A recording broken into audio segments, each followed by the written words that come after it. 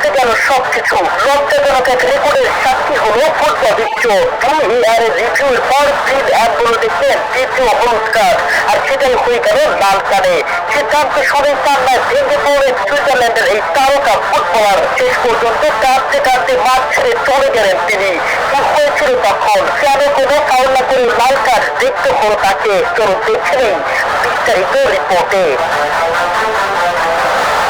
Quarter ফাইনালে আজ সুইজারল্যান্ডের বিপক্ষে মাঠ ছেড়ে ছিল আর্জেন্টিনা। 10 মিনিটে গোল করে এগিয়ে যায় আর্জেন্টিনা। এরপর 67 মিনিটে দারুণ এক গোলে সমতায় ফেরে সুইজারল্যান্ড। কিন্তু এরপরে ঘটে ফুটবল ইতিহাসের এক অন্যতম লজ্জাজনক রেকর্ড। ম্যাচের 71তম মিনিটে আর্জেন্টিনার লিয়ান্দ্রো প্যারাদেসকে হলুদ কার্ড দেখান রেফারি। তবে সঙ্গে সঙ্গে VAR থেকে আসে রিভিউর নির্দেশ।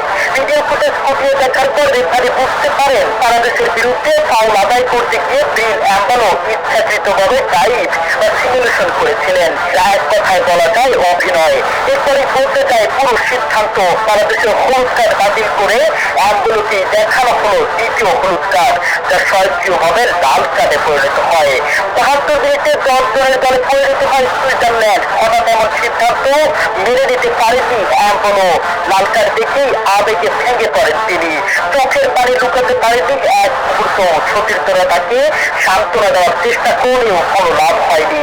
শেষ পর্যন্ত কাঁদতে কাঁদতে মাঠ ছেড়ে ড্রেসিং রুমে ফিরে যায় তিনি। এই নাটকীয় VAR সিদ্ধান্তই ম্যাচের মোড় ঘুরিয়ে দেয়।